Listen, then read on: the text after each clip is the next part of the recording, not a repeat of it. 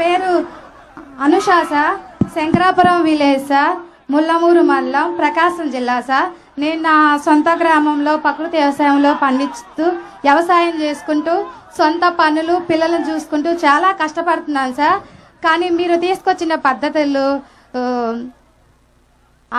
తల్లికి వందనం, దీపం పథకాల ద్వారా నాకు చాలా ధైర్యం వచ్చింది సార్.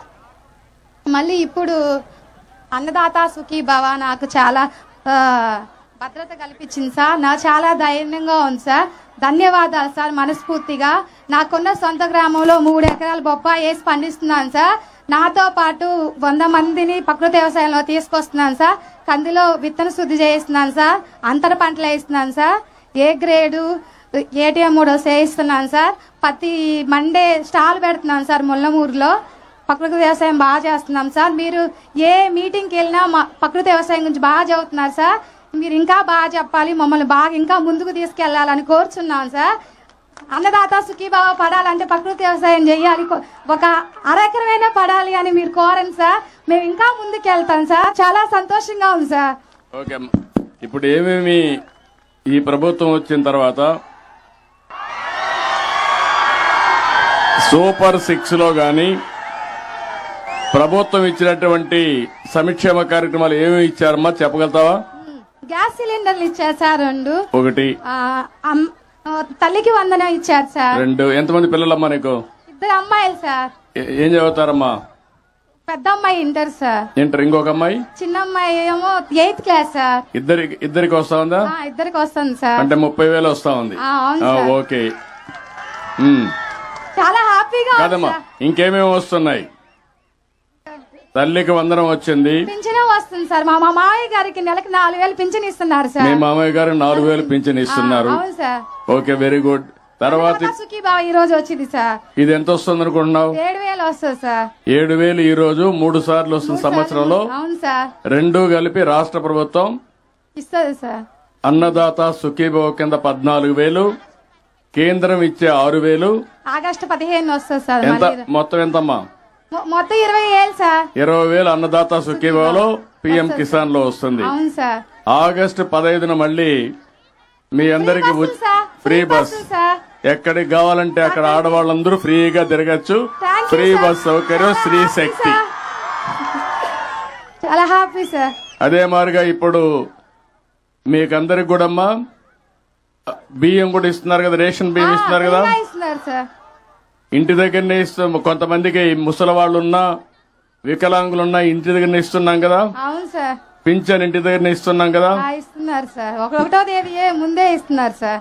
ఒక్కోసారి హాలిడే ఉంటే ఒకటేసారి ముందు ఇస్తాం, లేకపోతే మొదలు తారీఖున ఇస్తున్నారు సార్. పేదల సేవలో తప్పకుండా మీ దగ్గరికి అందరూ వస్తారు. వస్తున్నారా? వస్తున్నారు. ఇంత మునిపు ఎప్పుడన్నా వచ్చారే? మరిగా రాలేదు సార్. ఇంత ఎండలో కూర్చొని ఎప్పుడన్నా రైతుల కోసం ఆలోచించారా? ఆలోచించలేదు సార్. అది డిఫరెన్స్ ఈ ప్రభుత్వానికి గడిచిన ప్రభుత్వానికి. చాలా హ్యాపీ సార్. కాబట్టి మీలో మార్పు రావాలి, మీలో కూడా ఆలోచించాలి. ఏ ప్రభుత్వం మీకోసం పనిచేస్తుంది, ఏ ప్రభుత్వం వాళ్ళ కోసం పనిచేసుకున్నారో ఒకసారి ఆలోచిస్తే మీ అందరికి స్పష్టత వస్తుంది. ఆ అమ్మాయి చెప్పింది నిజమనుకుంటే గట్టిగా చప్పట్లు కూడా చెప్పండి వాస్తవం అని. ఇక్కడ ఉండే ప్రతి ఒక్కరికి కూడా మీకు కూడా వస్తున్నాయి కదా, ఇవన్నీ వస్తున్నాయని చేలు పైకెత్తండి. ఇది మంచి ప్రభుత్వం అవునా కాదా? అవునంటే గట్టిగా చప్పట్లు కూడా చెప్పండి అవునని. ఇవన్నీ శాశ్వతంగా మీకు రావాలన్నా అవసరం లేదా? రావాలంటే ఏం చేయాలి? మళ్లీ మళ్లీ ఎన్డీఏనే గెలవాలి, తెలుగుదేశం పార్టీ ఉండాలి, అవునా కాదా? మళ్ళా అప్పుడప్పుడు మరిచిపోతా ఉంటారు మీరు. మరిచిపోయినప్పుడు మళ్ళీ అఘాతంలోకి వెళ్లిపోతా ఉంటాం. Okay, very good. తర్వాత అమ్మా. హలో హలో నెక్స్ట్ తమ్ముడు మాట్లాడు. హలో హలో సార్, నా పేరు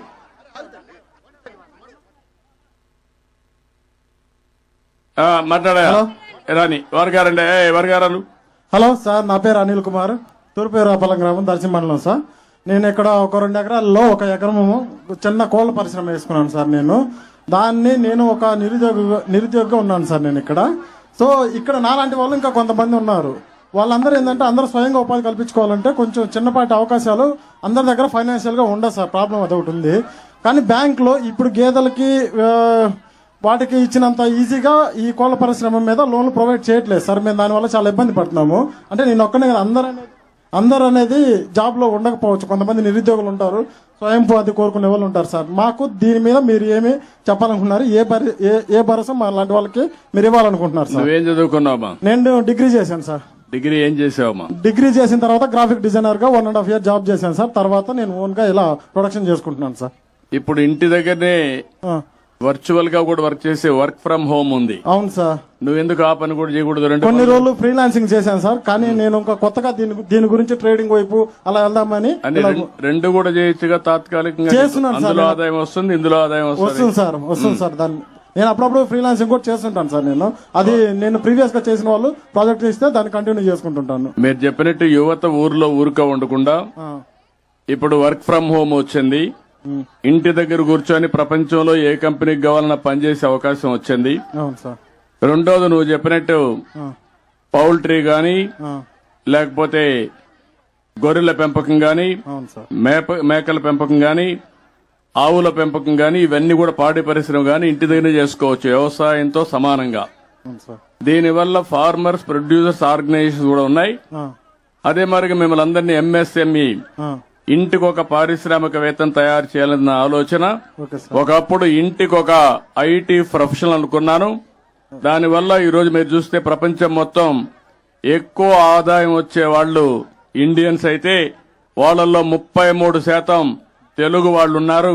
అది 25 సంవత్సరాల కంటే ముందు నేను ప్రారంభించిన ఉద్యమం ముందు చూపు. దానివల్ల ఈ రోజు ఎక్కడికి పోయినా మన వాళ్లే ఉన్నారు. ఇప్పుడు నేను ఆలోచించేది 1 family 1 entrepreneur. ఒక కుటుంబానికి ఒక పారిశ్రామికవేత్త ఎంఎస్ఎంఈ పెట్టాలి. తొందరలోనే ఒక రతన్ టాటా ఇన్నోవేషన్ హబ్ అమరావతిలో పెడతాం. విశాఖపట్నం, రాజమండ్రి, విజయవాడ, తిరుపతి, అనంతపూర్ కేంద్రంగా రీజనల్ కేంద్రాలు పెడతాం. ప్రతి ఒక్క మిమ్మల్ని అందరినీ ప్రోత్సహిస్తాం. ఏం చేస్తాం? ఐడియాస్ ఇస్తాం, హ్యాండ్ హోల్డింగ్ చేస్తాం, వెంచర్ క్యాపిటల్ ఇప్పిస్తాను. మిమ్మల్ని పైకి తీసుకొచ్చే బాధ్యత ఈ ప్రభుత్వం చేసి ఒక బ్రిడ్జ్ కట్టారు సార్. చిన్న సాయిల్ వర్క్ ఉంది సార్. ఒక డిస్టెన్స్ ఏంటంటే ఒక 100 meters వరకు డిస్టెన్స్ ఉంది. దానివల్ల మనం ఇక్కడ చుట్టుపక్కల ఇక్కడ నుంచి దర్శి ఒక 5 kilometers, అక్కడ నుంచి ఉల్లగల్ వెళ్ళాలంటే ఒక 9 kilometers, మొత్తం 15-14 kilometers వెళ్లాల్సి వస్తుంది. మనకు అది ఒక్కటే 100 meters క్లియర్ అయితే 5 kilometers లో మనం అక్కడికి రీచ్ అయిపోవచ్చు సార్. 7-8 గ్రామాల కనెక్టివిటీ ఉంది సార్ ఇటువైపు. కలెక్టర్ గారు ఇమ్మీడియట్ గా దాన్ని టేకప్ చేసి ఒక 2 నెలల లోపల పూర్తి చేసేయండి. Will complete.